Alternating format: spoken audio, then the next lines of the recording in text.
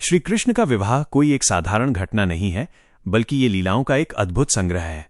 शास्त्रों के अनुसार भगवान श्री कृष्ण की 8 मुख्य रानियां थीं, जिन्हें अष्टभार्या कहा जाता है।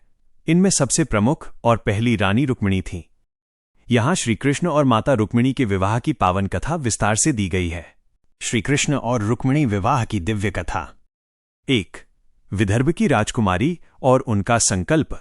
यह कथा द्वापर युग की है।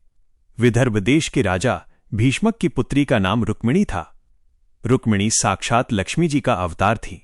बचपन से ही उन्होंने नारद मुनि और अन्य संतों के मुख से श्री कृष्ण की वीरता, सुंदरता और उनके गुणों की कहानियां सुनी थीं। उन्होंने मन ही मन निश्चय कर लिया था कि वे केवल द्वारकाधीश श्री कृष्ण से ही विवाह करेंगी। 2. भाई रुक्मी का विरोध। रुक्मिणी के बड़े भाई का नाम रुक्मी था। वह श्री कृष्ण से द्वेष रखता था और कंस का मित्र था। रुक्मी चाहता था कि उसकी बहन का विवाह चेदी देश के राजा शिशुपाल से हो। राजा भीष्मक अपनी पुत्री से प्रेम करते थे, लेकिन पुत्र के हठ के आगे वे विवश हो गए और शिशुपाल के साथ विवाह का दिन निश्चित कर दिया गया। 3. रुक्मिणी का गुप्त संदेश। जब रुक्मिणी को पता चला कि उनका विवाह शिशुपाल से तय हो गया है, तो वे अत्यंत दुखी हुईं। उन्होंने एक विश्वसनीय ब्राह्मण के हाथ श्री कृष्ण को एक प्रेम पत्र भेजा। उस पत्र में रुक्मिणी ने 7 श्लोकों में अपने मन की बात लिखी। हे प्राणनाथ, मैंने आपको ही अपना पति चुना है। यदि आप मुझे नहीं अपनाएंगे तो मैं अपने प्राण त्याग दूंगी। कल मेरा विवाह है, कृपया आएं और मेरा हाथ थाम लें।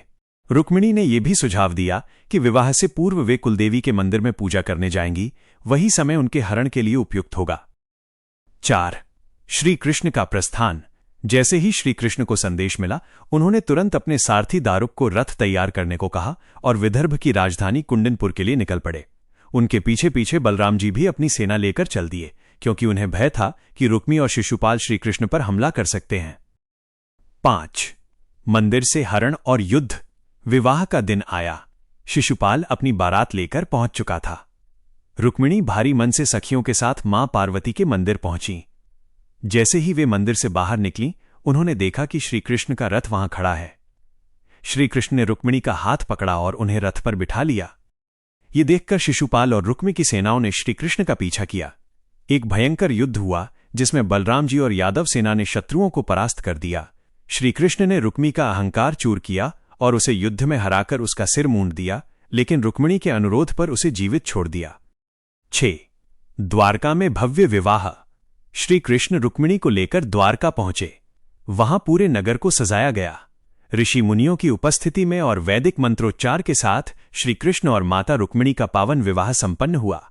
यह विवाह अधर्म पर धर्म की विजय और सच्चे प्रेम का प्रतीक माना जाता है। अन्य विवाहों का संक्षिप्त परिचय। रुक्मिणी के अतिरिक्त श्री कृष्ण के अन्य प्रमुख विवाह विशेष परिस्थितियों में हुए। जांबवंती और सत्यभामा। स्यमंतक मणि की खोज के दौरान श्री कृष्ण का युद्ध जांबवंत से हुआ। बाद में जांबवंत ने अपनी पुत्री जांबवंती का विवाह कृष्ण से किया। वहीं सत्राजित ने अपनी पुत्री सत्यभामा का विवाह कृष्ण से किया। कालिंदी। सूर्यदेव की पुत्री कालिंदी ने यमुना किनारे कृष्ण को पति रूप में पाने के लिए तपस्या की थी। मित्रविंदा, सत्या, भद्रा और लक्ष्मणा, इन चारों राजकुमारियों से श्री कृष्ण ने अलग अलग स्वयंवरों और वीरतापूर्ण कार्यों के बाद विवाह किया। 16,100 कन्याएं। नरकासुर का वध करने के बाद श्री कृष्ण ने उसकी कैद से 16,100 महिलाओं को मुक्त कराया। समाज में उन्हें सम्मान दिलाने के लिए श्री कृष्ण ने उन सभी को अपनी पत्नी के रूप में स्वीकार किया। विवाह कब हुआ था? कालगणना। हिंदू पंचांग और पौराणिक मान्यताओं के अनुसार श्री कृष्ण का जन्म द्वापर युग के अंत में हुआ था। खगोलीय गणनाओं आर्कियो एस्ट्रोनॉमी के आधार पर आधुनिक विद्वान श्री कृष्ण के विवाह का समय लगभग 3100 ईसा पूर्व BCE के आसपास मानते हैं। रुक्मिणी हरण की तिथि को रुक्मिणी अष्टमी के रूप में भी मनाया जाता है। यहां एक बहुत ही महत्वपूर्ण सुधार की आवश्यकता है। अक्सर लोग पौराणिक कहानियों में उलझकर श्री कृष्ण और महात्मा बुद्ध को एक ही समय का मान लेते हैं, लेकिन ऐतिहासिक और शास्त्रों के अनुसार इनके बीच का समय बहुत अलग है। एक जरूरी स्पष्टीकरण, रियलिटी चेक। श्री कृष्ण द्वापर युग के अंत में थे, लगभग 5000 साल पहले। महात्मा बुद्ध कलयुग के समय में हुए, लगभग 2500 साल पहले। इसलिए श्री कृष्ण और गौतम बुद्ध का कभी आमना सामना नहीं हुआ और न ही उनका कोई विवाह या युद्ध साथ में हुआ था। हालांकि हिंदू धर्म के श्रीमद् भागवत पुराण में बुद्ध को श्री कृष्ण भगवान विष्णु का 9वां अवतार माना गया है। अवतार की कहानी श्री कृष्ण से बुद्ध तक का सफर। पुराणों के अनुसार जब द्वापर युग समाप्त हुआ और कलयुग का प्रभाव बढ़ने लगा, तब भगवान विष्णु ने धर्म की रक्षा के लिए एक नया रूप लेने का निश्चय किया। 1. बुद्ध अवतार का कारण। माना जाता है कि उस समय वेदों के नाम पर पशु बलि और हिंसा बहुत बढ़ गई थी। लोग धर्म के असली मार्ग को भूलकर केवल कर्मकांडों में उलझ गए थे।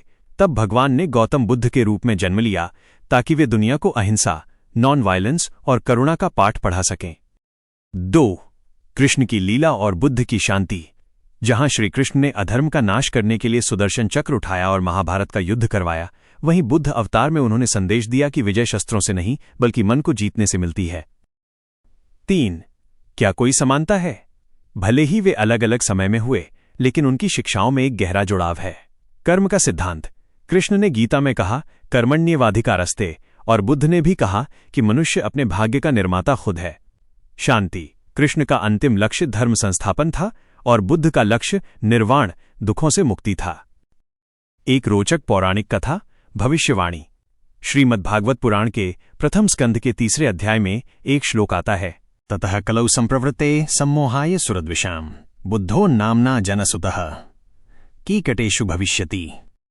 अर्थ, कलयुग के प्रारंभ में देवताओं के शत्रुओं असुरों को भ्रमित करने और अहिंसा की स्थापना के लिए भगवान कीकट बिहार प्रदेश में अंजन के पुत्र बुद्ध के रूप में प्रकट होंगे।